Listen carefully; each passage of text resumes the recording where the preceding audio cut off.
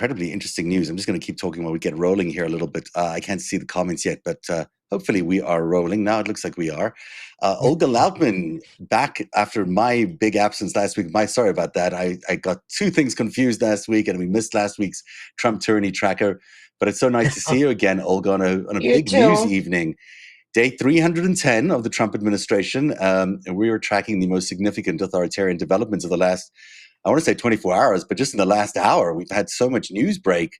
Olga, and you were just talking to me about what Bloomberg is reporting around the Ukrainian-Russian so-called peace deal, and Bloomberg has got some big exclusives around it. What were they able to get?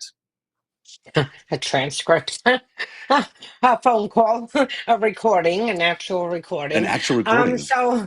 so what happened is that we all know that Witkoff was trying to, and Trump were trying to force Ukraine to surrender by Thursday, Thanksgiving, based on a plan that was prepared by Russia. And again, anyone who's followed Russia for, or knows Russian or monitors Russian news knows that this plan is Russian. They pitched it in Istanbul in 2022 when they were having talks with the Ukrainians.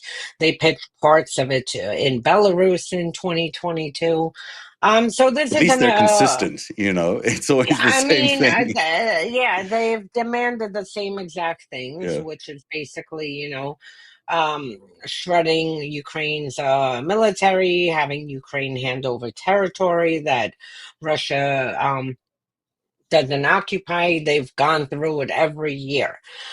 So here, the latest with this is that Bloomberg obtained recordings of Steve Witkoff calling Yuri Ushakov, Putin's advisor, to basically tell him how to pitch the plan to Trump. Now, this recording is from October 14th.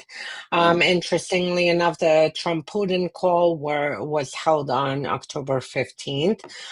He also told Ushakov, oh, by the way, Zelensky's, going to be in the White House at the end of the week.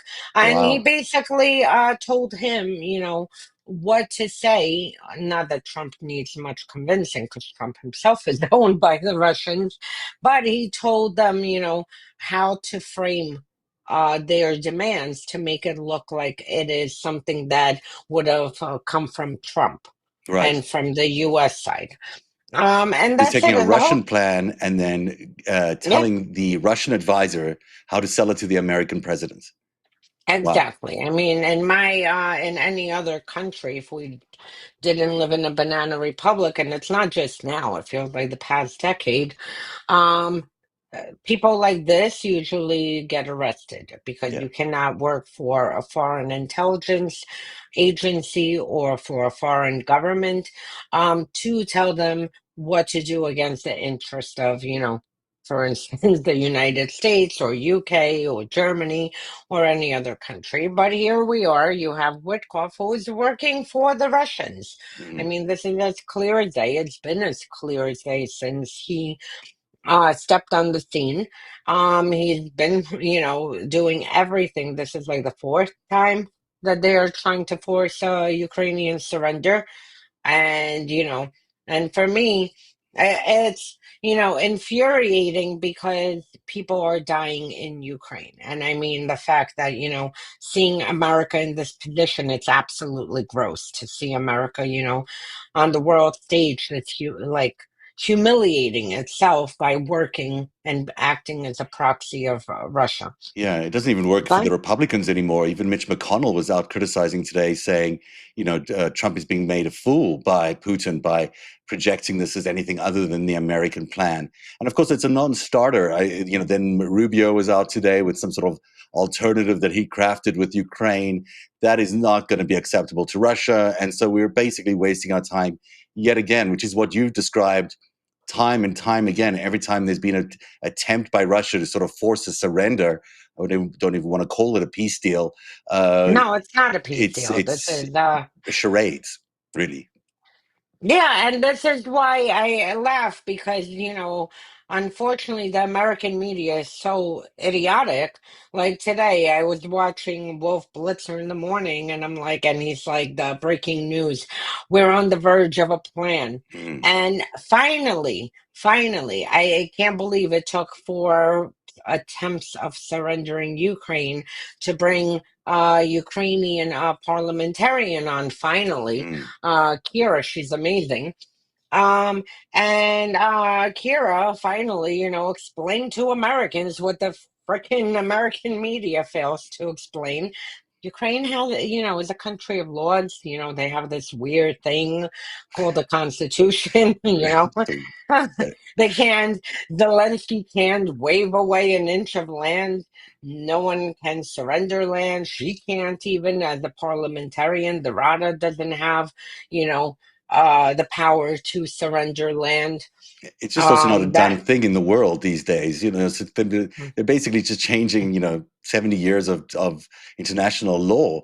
And did CNN finally get the picture? Do you think that they continue to? No, no, absolutely not. Yeah. Because Kira was on yesterday explaining to the American audience, that the only way anything can be transferred de facto Russian is for there to be a ceasefire, for martial law to get lifted, for the country to hold a referendum, and for Ukrainian people to vote. I mean, Mm, this is the procedure in Ukraine. yeah. Um, and sure enough, today with Wolf Blitzer's hopping up and down on steroids with his, oh my God, we're on the verge of a deal.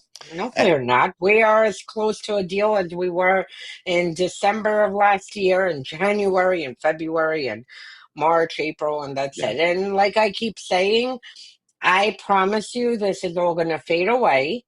And then Trump is going to go and, start a war with Venezuela, which seems to be happening any minute, and, circle back around to this when he needs a distraction because things are going bad in Venezuela. Circle back to Ukraine again in January or something. Meanwhile, Ukrainians, as you point out, are being killed and hurt overnight. Dozens Yeah. of Russian missiles slammed into Kyiv overnight, hitting apartment buildings, killing at least 7 civilians. And this just continues and endless. Every night, it seems almost there's something that's going on in Ukraine with the Russians, using missiles against civilian areas, civilian apartment buildings, and this just continues endlessly while they're pretending to talk about peace that they will never really agree to. And this actually is what drives me nuts. And this is what drives me nuts for the past, we're almost at 12 years since Russia invaded Ukraine. The framing of this, like, why is this on the Ukrainians to stop as Russia Mm, continues its war right. crimes, its genocide? Like, why is it that everyone in Europe and the United States, and this is the same under the last administration, this is the same under every administration, in Europe, in every country over the past 4 years. Why is it that, they're not like using Russia's framework instead of saying that our demands are that Russia gets out of Ukraine? Mm. I mean, this is like the most absurd thing. If someone breaks into your house, is someone outside going to negotiate with the owner of the house and say, well, maybe you should give him a room, maybe, let him stay for 6 months? No, the police come and drag the person out of the house. End of story. So, Well, why is the framing this way that Russia needs to get out instead of we need to negotiate? Negotiate what? Well, because the Ukraine. Russians have a control over the White House, and that's just the way it is, and they're able to No, do but it. this is the past 4 years I've been Yeah, hearing about negotiations. right. Like It's why always the framework from negotiate? right. They can Yeah, just it's pull the out their frame. weapons, pull out their army, and they can stop the war right now. Exactly. And it's like, what is there to negotiate? They're the ones who invaded into a sovereign country. So you mean to tell me if someone invades the United States, that there's going to be negotiations of getting them out? No. We would see what happens. Who knows what's going to happen in the future? Our second story today on the Trump Tyranny Tracker is all about the FBI now requesting interviews with 6 Democratic lawmakers, including Senators Mark Kelly and Elise Slotkin, after they appeared in a video reminding U.S. service members of their constitutional duty to disobey unlawful orders.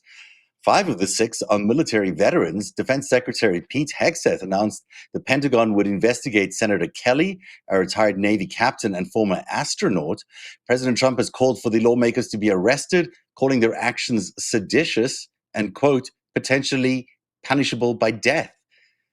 This is, I know. we've reached a whole new level here where you've got people like, firstly, Mark Kelly, so decorated, so respected by so many people, and an astronaut. He might even get some benefit out of being court-martialed, because I don't think anyone's going to dare say anything to him or criticize him in any way, except the optics would make Trump look so bad.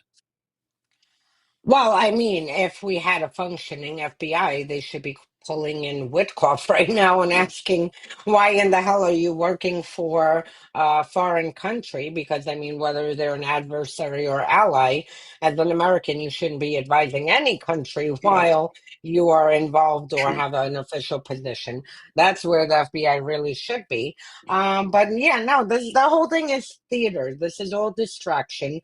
Clearly the only one who committed sedition was Trump on January 6th when he, conspired, not just ordering from, the podium for his insurrectionists to go and take back the country. But the fact that this went weeks of planning, I mean, this didn't happen overnight. This was a conspired, conspiracy where they planned to bring everyone in to Washington, D.C. They planned, with the fake electors to try to force Congress to decide the election instead of the American people, and Pence wouldn't bend. I mean, so this is sedition. If he wants to look at sedition, he should go look in the mirror. Is this going to go anywhere? Absolutely not. I mean, this is the same thing like he's weaponizing Department of Justice, and he got a good slap in the face yesterday with the courts, basically saying these cases against Letitia James and James Comey, they're legitimate because you're a district attorney. U.S. district attorney is illegitimate. And Not that's it. only did that, it made up the charges, basically. It had given the foreman charges Yeah. that she had just made up and instructed him to process them. That's Lindsay Halligan. Of course, he's getting resoundingly rejected by a lot of judges right now. When it comes to the Schiff cases, there's a lot of evidence there to show that there's really strange goings on in the investigation of Adam Schiff. There's really strange things happening here with Mark Kelly and Elise Slotkin. And then on top of that, you've got the Comey and Letitia James charges being tossed out. It all makes him look really quite guilty when he's busy trying to say everyone else is guilty and they're all being found innocent. Well, yeah, absolutely. And I mean, that just shows, these aren't the brightest people in the bunch. And, Trump himself is not bright. He thinks, he is acting like a dictator, except it's in the wrong country because he hasn't fully grabbed the country, and grabbed full control of the country. So, maybe in a banana republic, you can get away with, although I don't know any dictator who'd put on social media, go prosecute these people, and then their justice ministry of justice will hop on and say, okay, sir, let's do Well, it. it was leaked, right? But Originally, it was meant to be a DM, but then it leaked. He actually put it on public Twitter or public Truth Social by mistake. Apparently, this was meant to be a DM to Pam Bondi in the original instance. It's it's which it, again, go It's ahead. insane. It's insane. I've never seen anything like it. Even in a No, banana republic, I don't think anyone would do anything like that. The third no. story today, this is developing this evening. Originally Indiana Republican leaders had decided not to back the congressional redistricting map in their state. Now they've been bullied into doing it. According to reporting tonight, they've announced they will vote on a new congressional map. Trump has demanded that they do it. 2 weeks ago, there weren't enough votes for it, but now they're going to try and pull it through. The reversal came after Trump publicly attacked holdout Republicans by name, calling Senate leader Roderick Bray a rhino, and promised to back primary challengers. Several Indiana lawmakers have reportedly been targeted with swatting and death threats. Trump praised the decision again, threatened with those who oppose it with repercussions, promising to partner with the incredibly powerful MAGA grassroots to primary anyone who doesn't fall in line. I mean, that's appalling. Just appalling. Actually, that's actually a very good sign, because if Trump was so confident in being able to have full control of the midterms, Mm. and that they were confident that they can actually, manipulate the vote like other autocratic countries, they wouldn't be pushing this hard on the gerrymandering. And I think that Republicans will need a Hail Mary. I mean, they'll need to have the whole country gerrymandered in order to have a chance if things keep going the way they're going. Because, I mean, the mood in the country, like, really, it's affecting every household.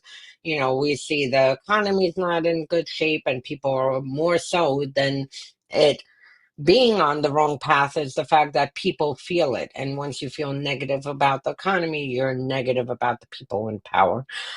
So, we got a good taste beginning of November. And this is why I say whatever happens next week, I don't care I mean, next year for midterms, I don't care if there are, National Guard standing at polls, or whatever intimidation tactics they try to use. We need to push through. We need to come in mass numbers, in order to get this country back on the right track. And I mean, with, Marjorie Taylor Greene is leaving. Yeah, I wanted to Uh, ask you about that. What are your thoughts about as real breakaway faction there? It's not just Marjorie Taylor Greene; it's others as well that appear to be poised to leave the MAGA Republican fold and move into either a breakaway party or some sort of breakaway faction within the Republican Party that is going to be opposed to Trump. That's quite a big development. yeah, and it's been happening since the summer. I Hmm. mean, you started seeing the split first with Iran. Hmm. You had, the MIGA, the anti-Semites call MAGA MIGA, which is Make Israel great again. And Evident that. yeah, yeah. Do a search, a keyword search, MIGA, and you'll see all the anti-Semites and the America First people calling that. So you have the MAGA party, the MIGA party, the whatever party, and it's been happening. It started with Iran, because you had all the America First people and the anti Semitic part of the party, which is a large chunk, who were absolutely opposed to U.S. getting involved in striking Iran on the behalf of Israel. And that's Marjorie Taylor Greene, the Tucker Carlsons, the Nick Fuentes, and on and on and on. Then you have, the Laura Loomers and the Pathiabics and whatever, they're in another faction. And they've been breaking. I mean, I've been watching this since June. It's been fascinating to see because, like, they're all fracturing. And these are people, not the bots and trolls, which we'll get to, but these are actually real people, real influencers, real, we see the Heritage Foundation imploding with people resigning. And I mean, there's a big scandal there with the president defending Fuentes. Then you have the Epstein thing that threw, another wedge into this and caused Mm. further cracks. Then you had the Venezuela, the Argentina thing, the bailout to Argentina, which again infuriated America First Yeah, crowd because they're like, what are we doing here? And it's just going to continue because Trump is not concerned about America. To be America first, you have to be concerned about right. America. He absolutely couldn't care less about America. A new USA, YouGov poll with the Economist magazine came out today, and it shows Donald Trump at his lowest approval ratings in the second term. I think it maybe dipped a little bit lower in his first term, but it's his really low point now at just 38% approval. That's a 19% gap there between the disapproval and approval. People are not are not finding any interest in his policies across the board here.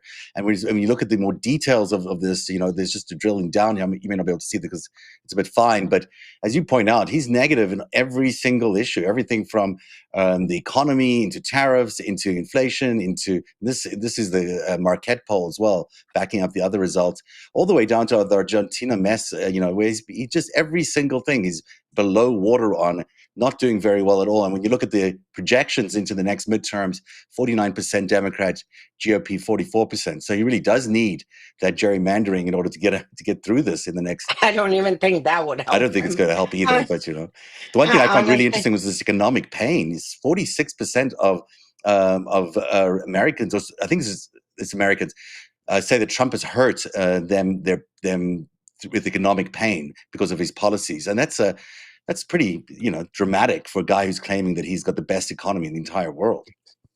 When you throw tariffs as much as 50, 60%, who's paying for it? We are, Yeah, as much as he'd like to say that the other countries are paying, we're the ones paying for this. So of course, I mean, everywhere you go, everything's more expensive.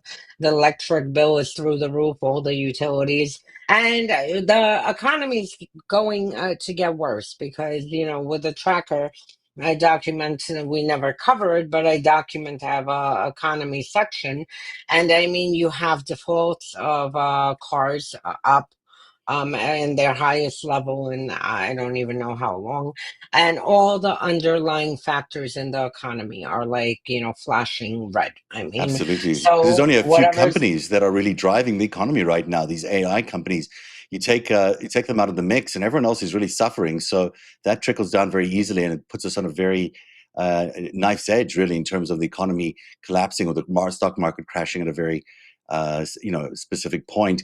Let's speaking of the AI and the so-called AI revolution, what's happening over at X was quite fascinating this week. A new feature called the About This account revealed that numerous popular MAGA influencer accounts were actually uh, originating from Nigeria, Eastern Europe, and India, not the United States. It's not news to us. We, of course, have been saying this for years, but an account called MAGA Nation X, claimed to be a patriot voice for we the people, was exposed as Eastern European. MAGA Scope, featuring Trump in a tuxedo with American flag emojis, was started in Nigeria in 2024, of all places. This is interesting. I mean, it seems to be something that X did on their own. The data is still a bit questionable, but it proves what we've been saying for a long time. yeah, I've been tracking disinformation and bots and trolls since Russia invaded Ukraine in 2014, because initially they started, the whole focus was on Ukraine. And then by 2015, part of it shifted over to the United States elections and Brexit, um, and whatnot. But yeah, it was actually the funniest thing I've ever seen. I think my favorite one was someone pulled up an account, some hamster something, Mhm. from last July, Indeed. a little over a year ago, saying, like, oh, call me old fashioned, but I, think that foreigners should not be able to vote in our elections, blah, blah, blah, whatever. Ends up the account is United Arab Emirates. And the person who found this account quote tweeted it and said, you don't even have elections. That's hilarious. I mean, it's so true that all these countries are not exactly, democratic countries or hold of their constitution or rule of law. Well, they're Well, also, it's just not very functioning. A lot of these countries. no, but now let's go to it. Nigeria is known to be a huge location for Russia to run their bot and troll Mhm. networks, because not everything is run out of St. Petersburg. They pounce them around the planet, and you have a huge, huge amount. I mean, at upwards of one case there was 100,000 that were uncovered that were operating out of Nigeria. So they use Nigeria for their call it There's a bots lot of and English trolls. speakers there, so it's a lot easier for them to Um, create that content. and then you also have South Asia, and also it's not even where they even employ people, Mhm. because they just use that to ping it so it looks like it's coming from Right. Nigeria and not coming from Russia. Right. Um, Same thing, Eastern Europe. I mean, God knows, because it said specifically Eastern Europe, non-EU. Mm. So this, can be Slovakia. This can be Belarus. I mean, Belarus is known to have a lot of hey, called bot and troll accounts. I remember even now working on a case where there were bot and troll accounts on a particular disinformation operation coming out of Latvia, um, again, hosted off of the server. So, same thing with South Asia, same thing with Africa. I mean, wherever these locations, it's not that it's even the people from those countries. Right. This is Russia's operation, and they're carrying these operations out, and it just, What do you think? became. Mhm. Sorry. What do you think? The incentive is for X to be putting this out there. I mean, why did he create this feature that basically outs his entire platform as a mirage, basically for people to sell this MAGA idea to Americans? That's a good question. And I honestly, I don't have an answer for Mm. that because I figured that once they saw everyone hopping on it over the weekend because it started, the feature was coming online on Friday, then went offline, then started coming back, and they were kind of rolling it out. Once it became available over the weekend fully, that you could click on any account and see, when you click join and see where it is, who's using a VPN, where they're using their VPN from. I figure that he'd say, this is not good for my business and whatnot. But no, I don't know. I It's difficult. You I can don't know. explain Elon Musk to anybody. It's hard. It's hard to figure out what he's up to. Whatever it is, that's the best features since the edit button because it gave people really like, that it reaffirmed that this is exactly what is happening, because people like me, you, and others say this, and I have been saying this, and I've been working on these disinformation networks forever, but. If people don't want to believe it and they're like, oh, you're just, against Russia, this is why you're saying it. Now you could see for your own eyes. Your your amalgamation is, out of Nigeria. Have Yeah, fun. it is a great feature actually. Olga, what do you have going on right now at Unmasking Russia and at the Trump Tyranny Tracker? There's a lot of good content you're creating, and I've loved your series on the white nationalism. Yeah, I am working on another chapter of the far right that should be out hopefully by tomorrow. Um, and Russia's weaponization of the global far right. It focuses not just US because Russia's doing the same across the world, including Canada, for many, many years. Mm. Um, so I am working on that, and that's pretty much it right now. I've been kind of overwhelmed trying to catch up with things. I got sidetracked finishing up my semester Oh yeah, in how's school. your coding going? Are you doing well? Yeah, I'm actually doing good. I can't believe it. The semester's like done in 2 weeks. I have a few projects that I need to finish. I am now almost a month smoke free. Yay! Haven't I was going to touched a ask you about that. cigarette. Congratulations, that's amazing. Haven't touched a cigarette, thought about a cigarette. I walked by someone who was smoking and almost threw up. I was like, don't tell me I smelled like that. Oh This my is gosh, that's amazing! horrible. Congratulations, that is such good Thank news. you. What What's going can on you with tell me you? are you allowed to tell me the drug that were using in the medical? Yeah, yeah, What's it it's called? varenicline. It used to be Okay, Chantix, but they took okay. Chantix off the market. But it's varenicline, which is the generic version. It is really amazing. I mean, my aunt took it over a decade ago. I remember probably like 14, 15 years ago. She Right. took it. Um, and same thing, she would smoke like a chimney. I mean, you could picture, and she drinks a lot of vodka. So, so you could imagine how many cigarettes Yeah. accompany that. But she, same thing, started taking it, and like within a week, she just Did it dropped stop it her and from never drinking the touched it. vodka as well, or did it No, keep? no, No, just the no. cigarettes. But she didn't want a cigarette with the vodka. It's small Oh, wins, but that's great. That's amazing. Congratulations. I'm sure it's thank encouraging you. people who are watching to try if they smoke as well to Yes, quit. please. I'm telling you, this is a miracle drug, and it takes not that much effort and a few weeks to go through the physical withdrawals. Not that you want a cigarette, but that, the nicotine is leaving your body and you still have you're anxious and like, all over the place and like cloudy and whatever. But after you pass that, I mean, now it's been a month, and I'm fine. If That's anything, more amazing. hyper. What a great way to get to Thanksgiving for you. And it's great to see you again. Of course, everyone should check out the Trump Tyranny Tracker, where everyone can get all the latest information on where the Trump administration is taking away your democracy day by day, as Olga updates that, and at Unmasking Russia, where you've got your other big Substack, and you're doing this great series on Russia and extremism around the world. So great to see you, What Olga. about you? Oh, I've got it on narrative.org. We're doing, book 2 of The Greatest Heist, which is my exploration into everything Trump and Epstein.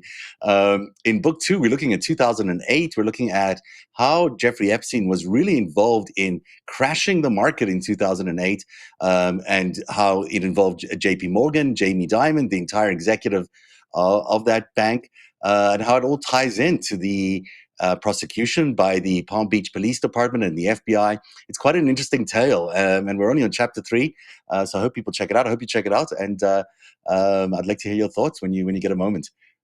So that's happening right Definitely. now at narrative.org, and you don't even have to spell it here because it's right there on the screen. NARATIV.org.